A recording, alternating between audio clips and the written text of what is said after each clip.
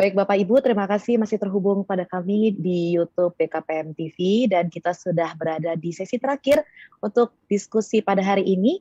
Sudah bersama kami ada Bapak Asep Nugraha Sukma selaku AVP Micro Sales Management Division BRI Head Office. Selamat siang Bapak. Selamat siang, Pak Kay. Iya, tetap semangat ya Pak walaupun narasumber terakhir ya Pak. Iya nih, in last minute. Iya. Oke Bapak. Tadi di tahap pertama sudah dijelaskan dari BPOM Pak terkait izin edar. Lalu yang berikutnya adalah pemasaran online. Nah ini ditunggu-tunggu nih Pak oleh para pelaku usaha, yaitu kredit usaha mikro. Kredit usaha rakyat ya Pak ya, KUR ya, pembiayaan. Iya, oke. Langsung saja ya Pak Asep, kita dengarkan bersama sosialisasi pembiayaan kredit usaha rakyat atau KUR untuk pelaku usaha mikro dan kecil perseorangan. Kepada Bapak Asep Nugraha Sukma, kami persilahkan. Ya, Assalamualaikum warahmatullahi wabarakatuh. Selamat siang. Sudah waktunya makan siang, Pak Kay. Tapi insya Allah kita tetap semangat. Dan suatu kehormatan bagi saya, dari BRI khususnya, bisa mewakili dan juga berinteraksi dengan Bapak Ibu sekalian. Dan khususnya dari Bapak Ibu dari panitia ya, Kementerian Investasi, yang sudah memfasilitasi komunikasi dua arah ini, dan para pelaku UMKM yang sangat luar biasa. Semoga waktu makan siangnya tidak terganggu dengan sosialisasi yang akan saya lakukan. Oke, izin supaya tidak mengurangi semangat. Oke, saya sedikit berpantun, jadi biar para pelaku usaha yang akan mendengarkan paparan saya nanti lebih semangat ya. Oke, karena nama Asep itu dari Bandung dan saya yakin tidak mungkin dari Sumatera Barat, Pak Kay. Jadi saya awali dari Kota Bandung. Kota Bandung julukannya Kota Kembang. Pabrik gudang garam ada di Kota Kediri. Ekonomi mikro semakin tumbuh berkembang dengan akses permodalan KUR BRI. Jadi sekali lagi, aplaus dulu dong untuk saya ya. Yeay, terima kasih Pak Asep untuk pantunnya ya Pak ya, supaya nggak ngantuk. Iya betul Pak. Karena kebetulan saya juga belum makan siang Pak, jadi biar kita tetap semangat ya Pak. Nah, ini nanti kita bisa makan bareng setelah ini ya. Baik, boleh Pak Asep, kita boleh janjian. Ya, Pak Asep ya. Iya, punten Pak Asep, ini ada bocoran dari teman-teman panitia. Katanya Pak Asep ada video yang mau ditampilkan. Oh boleh, tapi saya minta bantuan teman-teman panitia ya untuk menampilkannya. Oke. Boleh sekarang? Durasinya hanya 1 menit. Oke, siap. Kita siap menonton Pak. Siap, silakan. Masyarakat petani memang banyak kendala. KUR BRI manfaatnya banyak, membantu mengembangkan usaha dan dekat.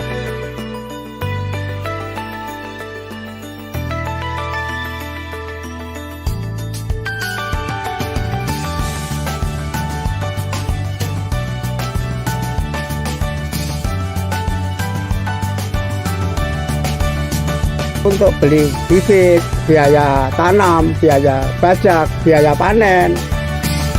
Sekarang ada program pemerintah, itu ada program KUR. Kelebihannya mudah pencairan, juga bunga rendah.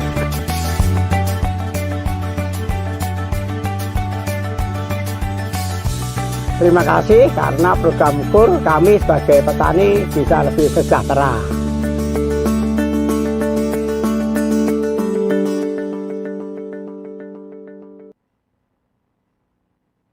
Wow, video yang sangat bagus sekali dan menyentuh ya Pak. Ini langsung dari curahan hati para petani nih Pak, tentang program KUR. Saya jadi nggak sabar Pak mau mendengarkan pemaparan Bapak Pak Asep. Silahkan Pak Asep, waktunya kita kembalikan ke Pak Asep. Oke, izin Mbak Kay, nanti yang materinya dari saya atau dari panitia?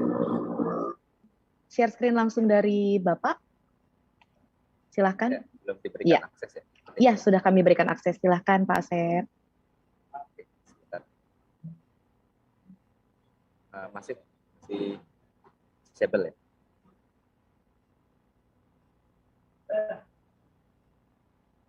Silakan Pak Asep, sudah. Oke, saya coba lagi. Oke. Ya, sudah terlihat? Oke. Terlihat jelas Pak? Oke. Sebetulnya sekali lagi kesempatan yang sangat luar biasa ini diberikan kepada kami BRI. Ini merupakan kepercayaan yang sangat membanggakan bagi kami. karena tidak seluruh perbankan hadir di acara ini. Bahkan bukan hanya di paparan siang ini, esok hari pun pada saat hadir Pak Menteri, hanya BRI yang mewakili untuk kegiatan penerbitan NIB ini. Sehingga sekali lagi kami dari pihak manajemen BRI mengucapkan terima kasih atas apresiasinya. Dan materi yang akan saya sampaikan sebetulnya bukan hal yang baru, dan ini merupakan produk pemerintah juga. Artinya pada saat kita bicara KUR, bukan hanya BRI yang menyalurkan. Tapi pertanyaannya kenapa harus BRI yang menyampaikan? Karena memang porsinya lebih banyaknya di kami, Pak. Jadi kalau melihat dari porsi yang sudah ada di tahun 2020 saja, kami menyalurkan hampir 138,5 triliun. Bayangkan kalau dijadikan kerupuk itu sudah sebanyak apa, Pak. Artinya memang yang kita salurkan dalam hal penyaluran kredit di KUR ini sangat dibutuhkan oleh para pelaku UMKM khususnya. Sehingga di tahun 2021 kami pun diberikan porsi yang lebih, sehingga mencapai angka kalau kemarin 140 triliun kuotanya, kita diberikan 195 triliun di tahun ini. Apa yang menjadi dasar KUR ini memang diberikan oleh pemerintah. Seperti yang disampaikan oleh Pak Jokowi, sebetulnya KUR ini memang menjadi salah satu program yang bisa menggerakkan sektor-sektor yang memang belum tersentuh, yang selama ini memang pembiayaan ini dianggap sebagai bunga yang memberatkan dan juga di sisi prosedur ataupun persyaratan sulit diakses. Tapi pesan dari Pak Jokowi, sekalipun KUR ini mudah dan murah, tapi beliau menitipkan bahwa kalau pinjam KUR yang bunganya 6%, itu harus dibayar. Artinya ya tidak boleh disebutnya KTA ya, kredit tanpa angsuran. Ini repot. Kalau kredit tanpa agunan ini nggak apa-apa ya.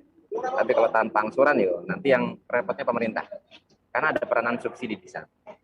Jadi kita harus disiplin. Jadi kalau tercatat di bank, artinya ya kita harus membayar kewajiban sesuai dengan perjanjian yang sudah disepakati. Dan kalau kita berprestasi dan tertib, nanti bisa naik kelas. Sehingga akhirnya bisa pinjamannya dalam nominal yang maksimal. Saat ini kalau KUR bisa sampai 500 juta. Jadi kalau pinjam 30 juta, ya digunakannya untuk usaha, jangan untuk keperluan yang lain. Sehingga nanti kewajibannya bisa berbanding lurus dengan kemajuan usaha. Ini sedikit proyeksi yang memang kita berikan di tahun 2021, bahwa memang sebaran itu sangat luas ya. Kalau dulu kami menyalurkan mulai dari Aceh sampai dengan ke Papua yang menjauh di sana, tapi karena Aceh sudah memutuskan untuk merdeka dari bank konvensional, artinya sudah pro syariah, sehingga kami melayani mulai dari Medan ya, Medan sampai dengan Papua. Dan sebarannya sangat luas. Dan memang mayoritas masih di daerah Jawa ya, karena konsentrasi pertumbuhannya masih ada di sana. Ini sebetulnya lebih kepada keyakinan tambahan. Kenapa harus BRI yang diberikan 195 triliun? Dan alhamdulillah di minggu ini kita sudah terserap semua, Mbak Kay. Jadi para pelaku usaha yang dalam kesempatan siang ini ingin mendaftar ke BRI, ya mohon maaf, ini ternyata kuotanya sudah habis untuk 2021. Tapi jangan berkecil hati, 2022 hanya tinggal menghitung hari ya. Jadi ini sambil prepare, ini kesempatannya pas ini. Jadi sebelum kita pinjam, kita dibekali dulu melalui teman-teman kementerian. Sehingga pada saat sudah tahu, paham, awal 2022 kita bisa langsung tancap gas. Jadi keyakinan tambahan yang diberikan oleh BRI tentunya ada di jaringan kita, mulai dari yang tadi sampaikan Medan sampai dengan ke Papua, dan kami memiliki 9.030 unit kerja dengan sebarannya mulai dari kantor cabang khusus, kantor wilayah, sampai dengan layanan yang bentuknya agen drilling atau agen latih pandai. Kita masuk ke materi yang lebih inti ya. By the way, waktu saya berapa lama? Waktu pemaparan kurang lebih 20 menit, Pak. Selanjutnya kita akan lanjutkan dengan tanya jawab. Ya, silahkan Pak Asep, dilanjutkan. Paparannya tidak terlalu lama lah ya. Kita lebih baik, nanti saja. Oke, nanti saya kasih kode kok, Pak. Oke, siap. Silahkan Pak Asep dilanjutkan. Kasih kartu kuning gitu ya. Ya, siap Pak. KUR ini sebetulnya sudah sangat jelas ya, dan bila Bapak Ibu melihat aturan yang di Permenko, tepatnya di tahun 2020 ya, Permenko nomor 8 dan Permenko nomor 2 dan nomor 3 di tahun 2021, tepatnya di bulan Mei. KUR ini memang kita berikan kepada usaha yang produktif dan layak. Artinya persyaratan itu tidak menjadi suatu hal yang isu ya, dibandingkan dengan persyaratan yang kita sebut kredit komersial. Karena memang yang terlihat itulah yang kita biayai. Pada saat terlihat, kita harus bisa mengukur apakah keinginannya sudah berbanding lurus dengan kemampuannya. Dan tentunya agunan tidak harus menjadi faktor yang utama. Karena prioritas kami lebih kepada para pelaku usaha yang belum memiliki fasilitas dan statusnya masih unbankable atau belum memiliki agunan dan belum memiliki pinjaman. Dan kita berikan tentunya untuk tambahan modal, sehingga tujuan pembiayaan ini bisa dua fungsi. Yang pertama untuk modal kerja, yang kedua untuk investasi. Jadi tergantung nanti kebutuhan. Dan pada saat kita berikan pinjaman ini, tentunya debitur ini prioritasnya debitur yang belum memiliki fasilitas. Kalau selama ini yang sudah memiliki fasilitas dalam kredit-kredit komersial ya, yang artinya kredit yang sudah lebih advance ya, ini memang agak mengalami kesulitan. Karena KUR ini memang kita peruntukkan untuk para pelaku UMKM yang belum layak. Sehingga porsinya memang agak kecil kalau memang kita melihat dari para pelaku usaha yang sudah terbiasa dengan pinjaman komersial, bahkan cenderung ditolak. Nah, bagaimana dengan pinjaman-pinjaman lain? Pinjaman lain yang bisa kita fasilitasi tentunya ada yang sifatnya bukan komersial atau kita lebih mengenal dengan konsumtif. Pinjaman-pinjaman seperti KPR, KKB, kredit yang sifatnya SK pensiun, pinjaman pegawai, kartu kredit, ataupun kredit-kredit yang sifatnya konsumsi untuk kebutuhan rumah tangga. Tapi tentunya catatannya kolektibilitas atau pembayarannya wajib lancar. Ini tidak bisa ditawar lagi, harus lancar. Karena apa? Karena kita harus mengukur di sisi kemampuan pembayarannya, cash flow-nya. Karena kalau ada pembayaran yang tidak lancar atau koleknya lebih dari satu ya, ini langsung akan terbaca pada saat proses pre-screening di awal, dan prosesnya akan otomatis ditolak. Karena prosesnya tidak lagi by human, tapi sudah by system. Ini masuk ke dalam laporan BI checking ya, kalau kita lebih familiar, atau SIKP, dan juga pinjaman-pinjaman yang memang sifatnya termasuk pinjaman program. Dan ini tervalidasi juga dengan data NIK di Kemendagri. Sehingga kalau melihat tadi paparan yang di awal ya, sampai sesi sebelum saya, NIK ini kan menjadi gerbang awal ya, terkait dengan validasi kelayakan untuk membuat NIB, betul ya? Sehingga pada saat Bapak Ibu sudah berhasil membuat NIB, tentunya NIK-nya sudah tervalidasi di Kemendagri. Dan ini menjadi keyakinan tambahan untuk kami khususnya para pelaku usaha yang sudah memiliki NIB, lebih mudah kami proses untuk melanjutkan di pinjaman KUR-nya. Sedangkan untuk sektor yang kita biayai ini sangat luas ya, mulai dari pertanian, perikanan, bahkan sampai dengan sangat umum ya, di sisi perdagangan. Dan ini memberikan kemudahan juga bagi para pelaku usaha untuk memberikan opsi ya, apakah besarannya itu nanti polanya disesuaikan dengan sektornya, atau memang ada usaha-usaha lain yang masih berkaitan. Sehingga kami dari sisi pembiayaan bisa lebih fleksibel. Dan pembayarannya pun bisa disesuaikan dengan pola usahanya atau profil usahanya. Jadi bisa dengan pola-pola bulanan ataupun dengan pola-pola musiman, contoh untuk pertanian. Sehingga pada saat nanti ada kebutuhan di sisi kewajibannya, ini bisa tetap berbanding lurus dengan kemampuan yang didapat per siklus apabila kita bicara pertanian. Ini sebetulnya bahan diskusi yang nanti akan banyak kita bahas ya. Kenapa memang fitur dan syarat yang ada di KUR ini menjadi role model apabila kita melihat angka yang sudah ada sampai dengan posisi terakhir. Kami sudah menyalurkan di angka 195 triliun dan angka ini tentunya kalau boleh kami sombong ya, ini sudah lebih dari 80% total KUR yang bahkan kami sempat meminta tambahan karena memang tidak boleh produk yang paling tepat. Jadi KUR super mikro. Sedangkan untuk KUR mikro yang di atas 10 juta sampai dengan 50 juta, ini kita berikan untuk para pelaku usaha yang memang sudah memiliki usaha minimal berjalan 6 bulan. Pertanyaannya kenapa harus 6 bulan? 6 bulan ini dianggap sebagai waktu pembelajaran bagi para pelaku usaha untuk bisa memberikan keyakinan tambahan untuk bank. Karena KUR ini kalau kita melihat beberapa paparan saya di awal ya, itu memang kita berikan tidak ada agunan. Atau artinya agunan ini bukan menjadi faktor utama yang menjadi pertimbangan pihak bank. Sehingga pada saat usaha ini harus berjalan 6 bulan, ini merupakan critical point yang harus kami jaga. Karena pada saat usahanya belum 6 bulan, ya mohon maaf kami tidak bisa memberikan plafon lebih dari 10 juta. Karena kami anggap ini masih mature ya, masih belajar merangkak. Jadi yang sudah mulai steady, stabil, ini mulai bisa kita berikan. Karena apa? Karena kami menghindari adanya spekulasi dan juga usaha-usaha yang masih rentan dalam sisi umur usahanya. Kalau melihat dari ketentuan kredit komersial yang umum ya, itu ketentuannya memang sangat jauh dari KUR ya. Itu harus sudah berjalan minimal 2 tahun dan 1 tahun terakhir itu harus mendapatkan keuntungan. Sedangkan KUR hanya cukup 6 bulan.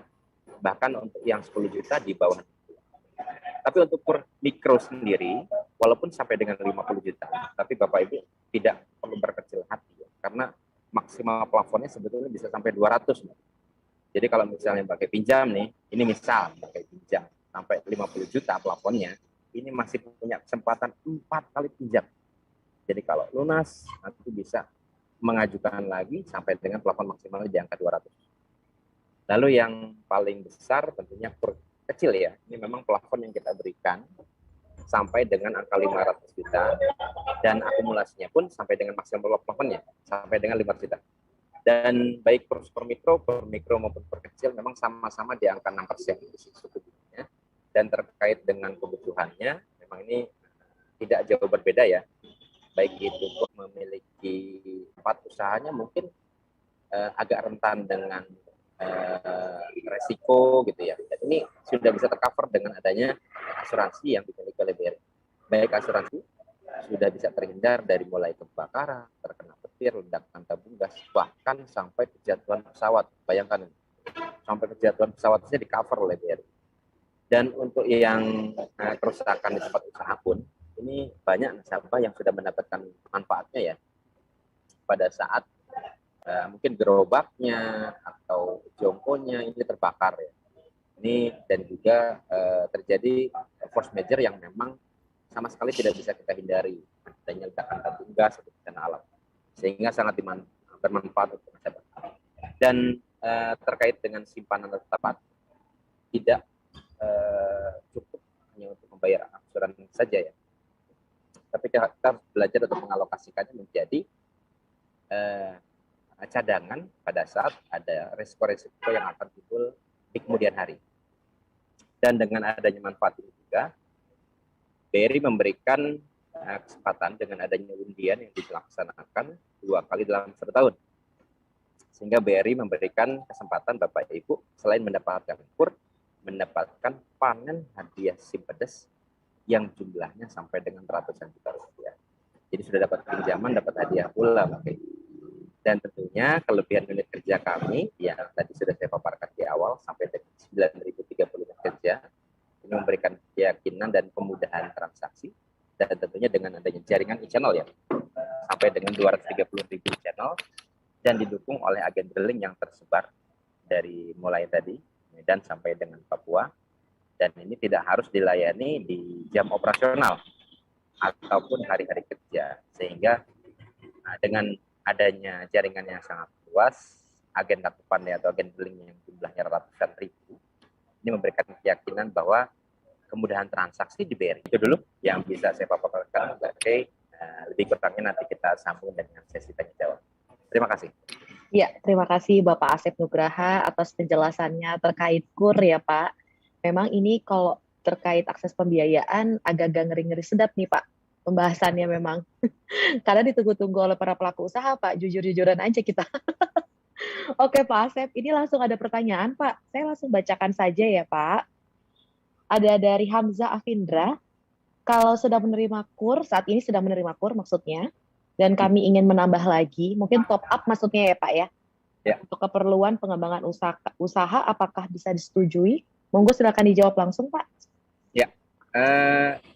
Saya jawab singkat, sangat bisa. Oke. Tadi kan sudah sempat kita paparkan di awal ya, bahwa segmentasinya kan jelas. Atau saya tampilkan lagi. Boleh sembari, Pak. Oke. Sebetulnya pada saat kita bicara peluang nasabah mengajukan pinjaman ya, kan, ini slide terkait dengan besar pinjaman kur mikro contohnya ya. Iya. Kalau memang plafonnya sampai dengan 10 juta, tadi mungkin perlu ditambahkan informasinya ya. Berapa sih plafonnya? Kalau memang plafonnya sampai 10 juta, ya berarti sudah maksimal nih di kur super mikronya. Ya. Jadi pada saat ada kebutuhan lebih daripada 10 juta, ya jangan berkecil hati, saya sudah 10 juta, berarti saya nggak perlu lagi, nggak bisa lagi mengajukan kur super mikro. Ya, kita move on dong dari kur super mikronya. Naik ya, Pak ya? Naik kelas. Nah, iya. Naik kelas. Jadi masuk ke kur mikro. Oke. Kur mikro pun sekalipun nanti masih di angka 50 ya. Dan kita mungkin secara kapasiti kita belum mampu lebih dari 50 ya, karena dari sisi angsurannya masih cukup di 50, kita masih bisa mengajukan sampai dengan 4 kali pinjaman. Artinya masih bisa terproses. Sehingga maksimal pinjaman kita bisa di angka 200.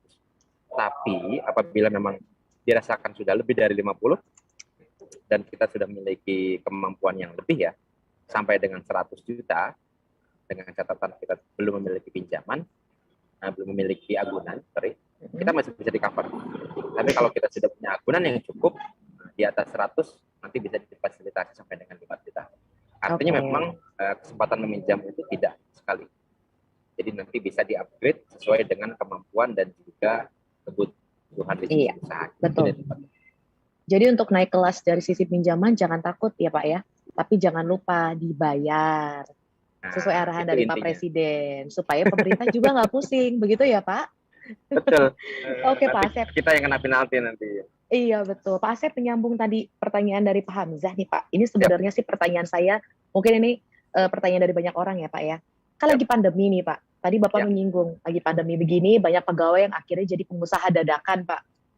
Nah, kira nih Pak, dari BRI sendiri selama pandemi ini, adakah kelonggaran nih terkait pengurusan administrasinya, lalu bagaimana angsuran atau bunganya? Ini mungkin banyak yang curious nih Pak soal ini.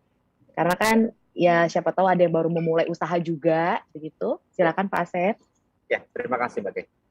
Jadi memang pada saat ada relaksasi ya, atau kebijakan yang baru terkait dengan kur super mikro, ini memberikan banyak kemudahan bagi kami dalam hal membantu akses yang lebih jauh lagi kepada para pelaku usaha UMKM.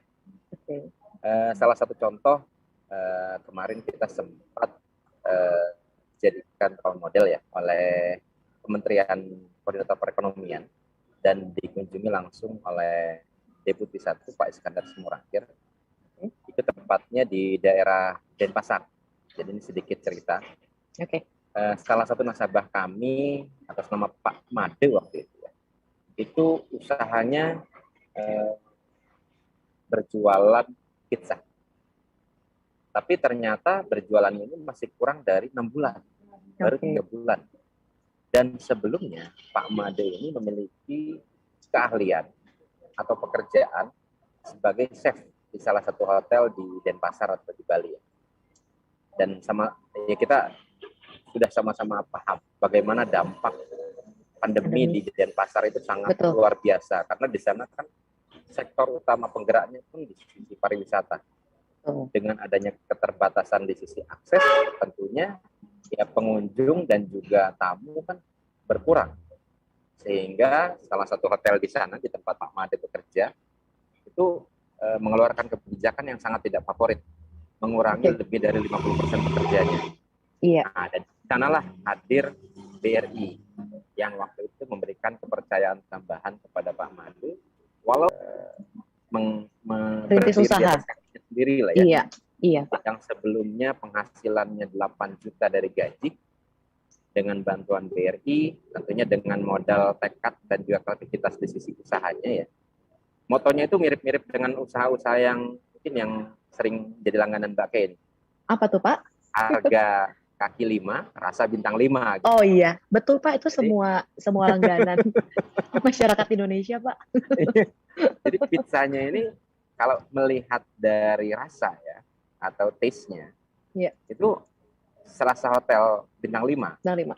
Tapi kalau dibandingkan dengan yang sudah bermerek ya, Ya. itu masih 50% harganya. Oke. Sehingga kemarin waktu kita kunjungi dengan Kementerian Koordinasi ya, Kemenko, Koordinator, ini diapresiasi oleh Pak Iskandar karena memang hadirnya kur super mikro ini ternyata banyak dinikmati oleh para pelaku usaha yang sebelumnya mungkin profesinya sebagai pegawai. Iya. Tapi dengan adanya kredit usaha rakyat di kur super mikro yang memberikan kelonggaran di sisi lama usahanya dan cenderung lebih banyak memberikan bantuan daripada sisi bisnisnya, sisi sosialnya lebih dominan.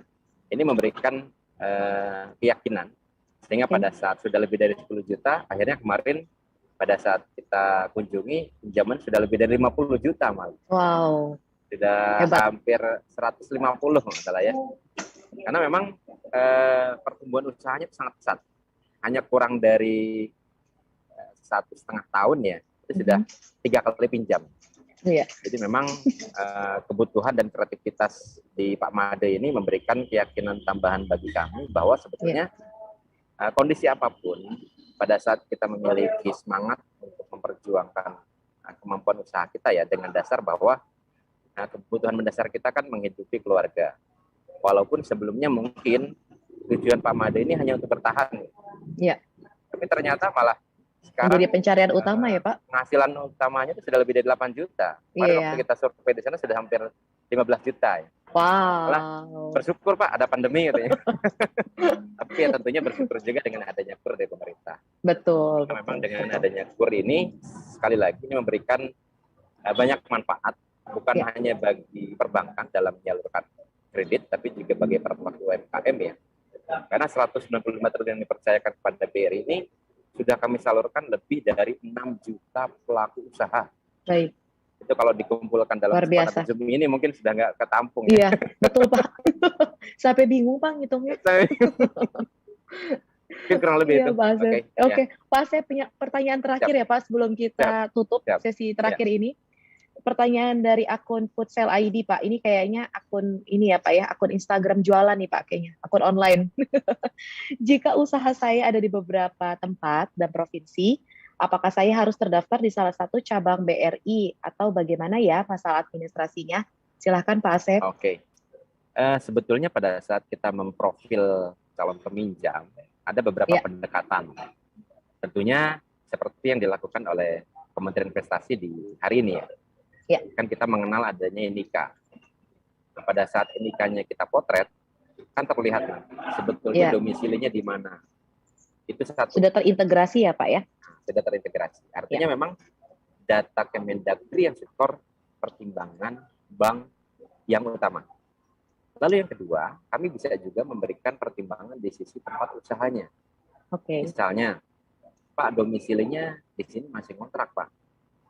Tapi kami punya tempat, misalnya anggaplah usahanya warteg ya. Kan kalau domisilinya berarti kan di Jawa. Ya. Ini mohon maaf nih kalau saya menyebut salah satu daerah ya. Misalnya di Tegal lah ya. Baik. KTP-nya Tegal. Tempat usahanya di Jakarta. Yang mau dipotret yang mana Pak? Tergantung nanti pendekatan bisnisnya lebih ke mana? Mau ke domisilinya kah? Atau ke tempat usahanya. Keduanya tetap bisa menjadi pilihan. Atau Pak Asep bisa bocorkan sedikit kira-kira nih Pak yang bisa nih Pak bisa cair dari BRI-nya langsung, kira-kira strateginya harus dari domisili atau tempat usaha. Monggo Pak Asep. Kalau memang lebih pasti yang kita potret memang domisilinya. Karena kalau tempat usaha itu cenderung kita masih nomaden ya. Nomaden berpindah-pindah gitu. Pada saat kita potret dari NIK-nya, tempat tinggalnya memang sudah clear di sana, ya insya Allah ya, kalau tidak ada halangan, seperti gunung meletus gitu ya, tsunami mungkin nggak akan pindah dari badai. Gitu.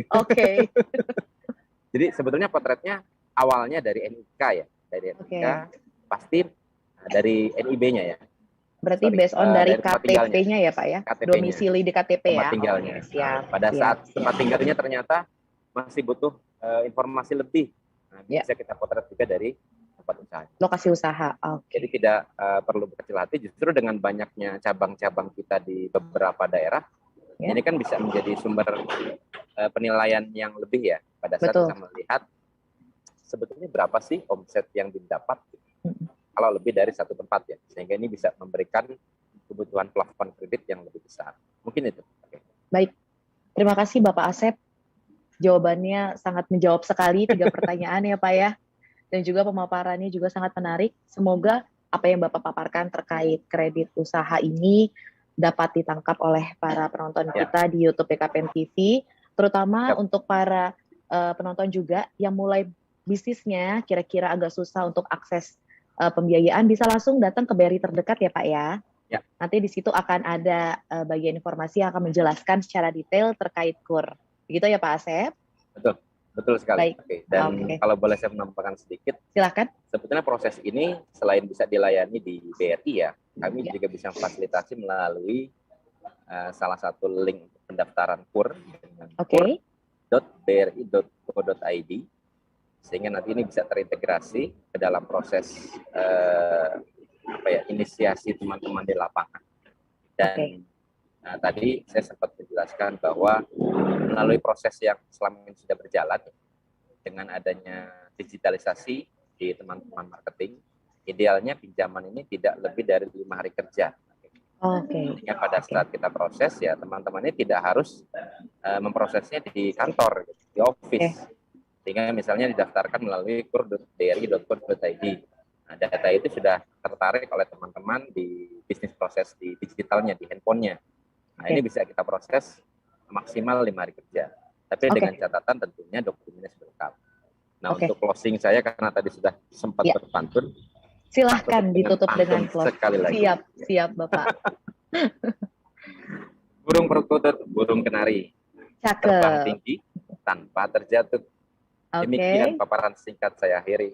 Wassalamualaikum warahmatullahi wabarakatuh. Waalaikumsalam. Terima kasih Pak Asep atas pemaparannya dan diskusinya yang sangat menarik ini Pak. Ya, baik. Terima kasih Bapak.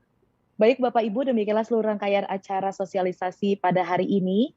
Saya Kay Simatupang selaku pembawa acara mewakili tim dari Kementerian Investasi BKPM mengucapkan terima kasih atas kehadiran dan partisipasi Bapak Ibu yang sangat luar biasa.